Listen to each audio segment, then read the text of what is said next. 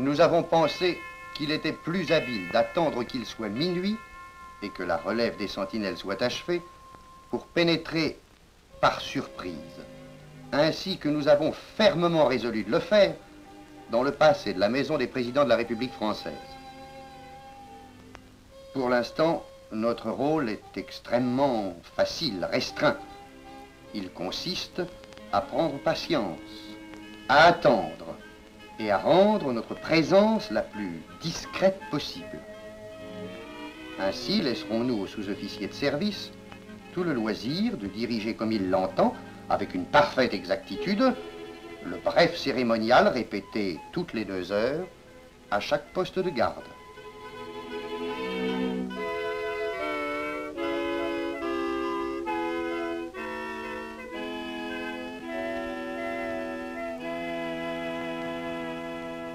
Ah, pendant que nous en avons encore le temps, nous voulons prier chacun de vous, spectateurs de cette salle, d'observer le silence le plus complet, cependant que nous allons tenter d'arracher quelques secrets au fabuleux destin de cette maison prédestinée.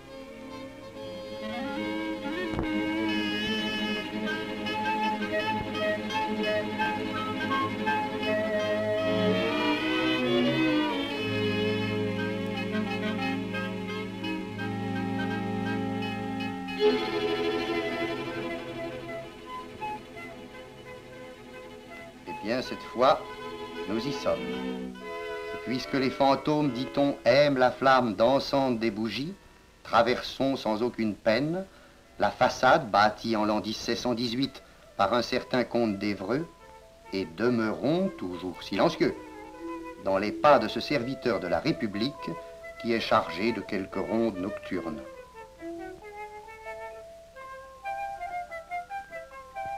Hormis ces murs qui sont honnêtes et solides, l'hôtel d'Évreux ne nous a légué aucun souvenir palpable de son enfance.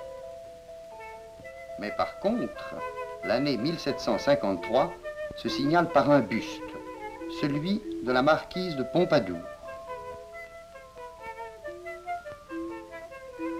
Ainsi disent les textes, la marquise, malade, désabusée déjà, a acheté l'hôtel d'Évreux pour y méditer au fond de quelques bergères, sur la fragilité des bonheurs terrestres, particulièrement de la faveur des rois, et pour s'y consoler avec des musiques. La marquise aima rassembler dans son hôtel les œuvres qu'elle avait jadis inspirées et qu'elle avait entendues d'une oreille peut-être un peu distraite, sans y relever quelque avertissement symbolique. Pourtant, les lauriers sont coupés, nous n'irons plus au bois qu'on tenait bien un présage.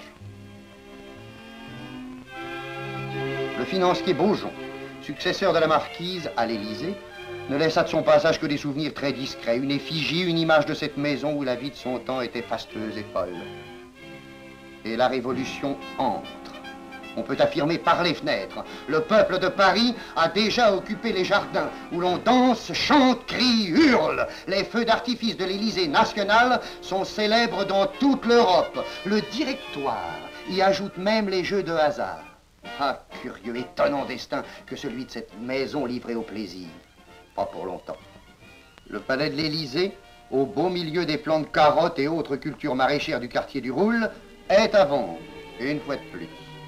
A-t-il seulement gardé la mémoire d'une hôtesse remarquable, authentique princesse de France, et que la Révolution appela la citoyenne vérité? Les destins de la maison se succèdent. Pourtant, sur un air de grelot joyeux, c'est maintenant une période de facilité qui commence. Les nouveaux maîtres du lieu arrivent en riche équipage mené à grande guide. Voici l'effervescente Caroline Murat, sœur de l'empereur. Elle précède son mari, accompagnée de quelques enfants. La vie sera un instant fastueuse, sous le signe de cette très jeune personne volcanique, bien résolue à imposer le ton de chez elle jusqu'aux Tuileries. Napoléon, qui aima l'Élysée, en a parcouru 100 fois les salons dorés de son pas nerveux et court.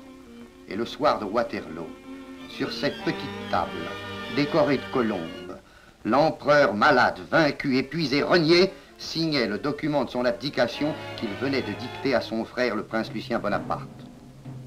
Je m'offre en sacrifice à la haine des ennemis de la France.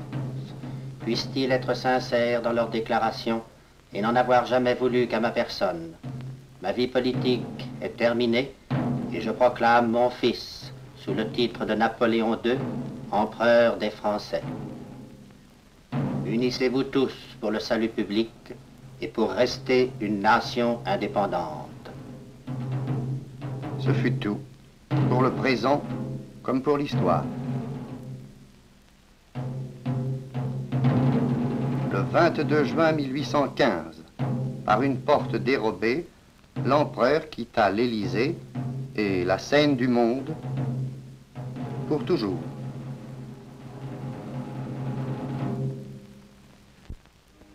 Dès lors, cette image de désordre intérieur illustre avec assez de vérité les incertitudes du sort que va connaître encore la déjà vieille demeure.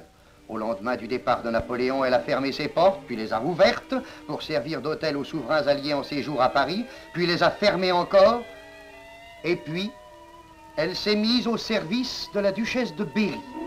Un bien joli visage. Et puis le prince Louis-Napoléon, élu président de la Seconde République française, s'y installe avec grand tapage et y conspire et prépare le coup d'État qu'il envoie empereur aux Tuileries.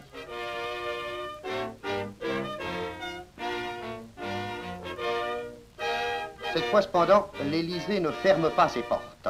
Il fait toilette, il se soigne, il se pare, il se décore pour accueillir la ravissante fiancée de l'empereur des Français, mademoiselle Eugénie de Montillot, qui s'y installe avec sa mère. Hélas, une nouvelle fois, le bonheur quitte les murs du palais. Nous sommes en 1870, la guerre est déclarée, la guerre est perdue. Quand la France est malheureuse, les lumières s'éteignent aux fenêtres de l'Élysée. Du fond de son malheur, la France lève un regard timide vers l'effigie toute neuve d'une troisième république à laquelle on veut croire de toute sa raison, de tout son cœur.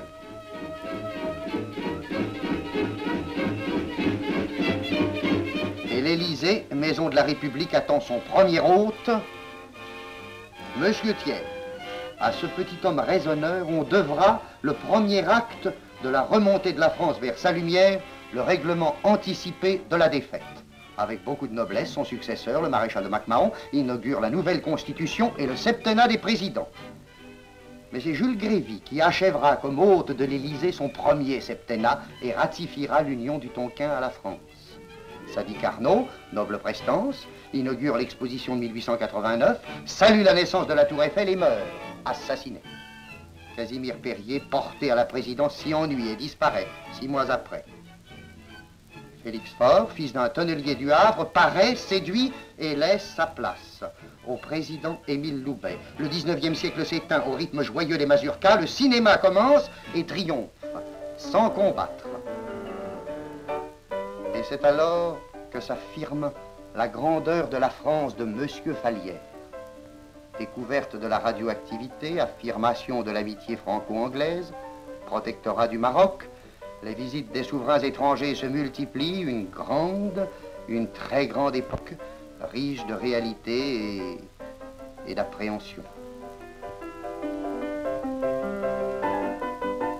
Ce jour-là de l'année 1913, Raymond Poincaré entre à l'Élysée. L'année suivante, Poincaré, président de la guerre, invente une formule qui est une réalité, l'union sacrée. Et 4 années plus tard, Poincaré, président de la victoire, remercie les générations qui ont donné tant de gloire à leur pays. L'histoire dira que le président Deschanel a ramené à l'Élysée un élément d'époque facile, pas pour longtemps. Comme la présence du président Alexandre Millerand qui dissimulait mal un regard de César sous d'honnêtes sourcils en broussailles. Et ce sera le miracle de Gaston Doumergue, d'avoir su conférer à sa présence la signification d'un souriant accueil, même dans ces moments où le président doit doter le pays d'un gouvernement. Le président Doumer, au visage douloureux, a servi la France totalement jusqu'à la mort. Albert Lebrun terminait un septennat rempli de travaux solides et nobles. Les visiteurs royaux se succédaient à l'Élysée. Et la dernière réception du corps diplomatique à l'Élysée, en 1939, est demeurée dans beaucoup de mémoires. Et puis ce fut encore la guerre. Dans le moment même où le pays cesse d'être libre, les portes de l'Élysée se ferment les unes après les autres. Nul ne pénètre plus dans la demeure privée d'âme, pas même la lumière.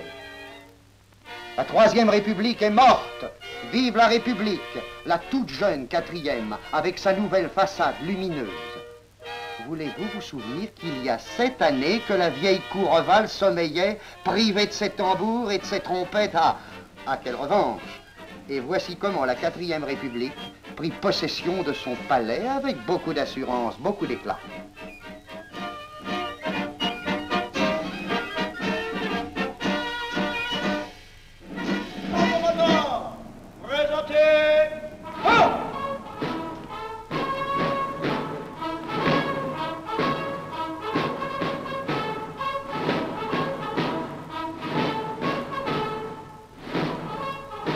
Ces gardes, les nouveaux, les jeunes, qui n'ont pas encore eu l'honneur de regarder en face un président de la République, font leur manœuvre avec un peu d'appréhension peut-être, avec un brin de timidité intérieure, mais fort joliment quand même, dans la manière aimée des Français. Donc, ce jour-là, qui se situe à la fin de 1947, le premier président de la Quatrième République prend solennellement possession de sa demeure. Dans le hall d'honneur, qui emprunte son élégance nouvelle à une tendance nettement moderne, c'est l'accueil classique des uniformes et des gens de maison qu'un protocole ancien orchestra dans le détail. Pourtant, Monsieur le Président de la Quatrième République reçoit dès le seuil de sa demeure un message de fleurs que ses prédécesseurs de la Troisième n'ont certainement pas connu. Dès son arrivée aussi, le Président recevra le grand collier de la Légion d'honneur, un signe de sa charge nouvelle de grand maître de l'ordre national. Et dès lors, le gardien suprême de la Constitution de la France entre de plein pied dans la quotidienne et sévère réalité de ses attributions. Nous avons appris avec un certain effarement que chaque matin dès 6 heures, le président de la République consacre ses aurores à l'examen des dernières dépêches diplomatiques arrivées des 4 coins du monde et des innombrables dossiers préparés à tous les échelons de ces maisons civiles et militaires. Le président de la République, dit la Constitution, est au-dessus de la fonction législative, au-dessus de la fonction judiciaire, au-dessus de la fonction exécutive. Il occupe, peut-on suggérer, le poste de vigie. Tout comme le président signe les actes de la France et de ce fait engage la nation, il signe aussi toutes les décisions concernant l'Union française dont il assume désormais la présidence. Aucun département, aucune activité intéressant la vie de la nation ne peuvent lui demeurer étrangers, et son rôle d'arbitre et de conseiller tous les instants. Parmi tant de papiers soumis à sa signature, il en est qui ont gardé, par la force de la tradition, une jolie forme archaïque. Témoin celui qui dit, à tous, qui s'est présente lettre Véron, salut. Et puis, le moment de la matinée arrive où le président de la République appartient tout entier à ses visiteurs. Audience de hautes personnalités porteuses de messages à la France, audience de chefs de gouvernements étrangers. Et la charge du président l'appelle à l'extérieur. Déjà, le subtil mécanisme des déplacements présidentiels fonctionne sans un grincement. Et c'est à la fois la grandeur et la servitude du personnel de l'Élysée de faire ainsi qu'autour du personnel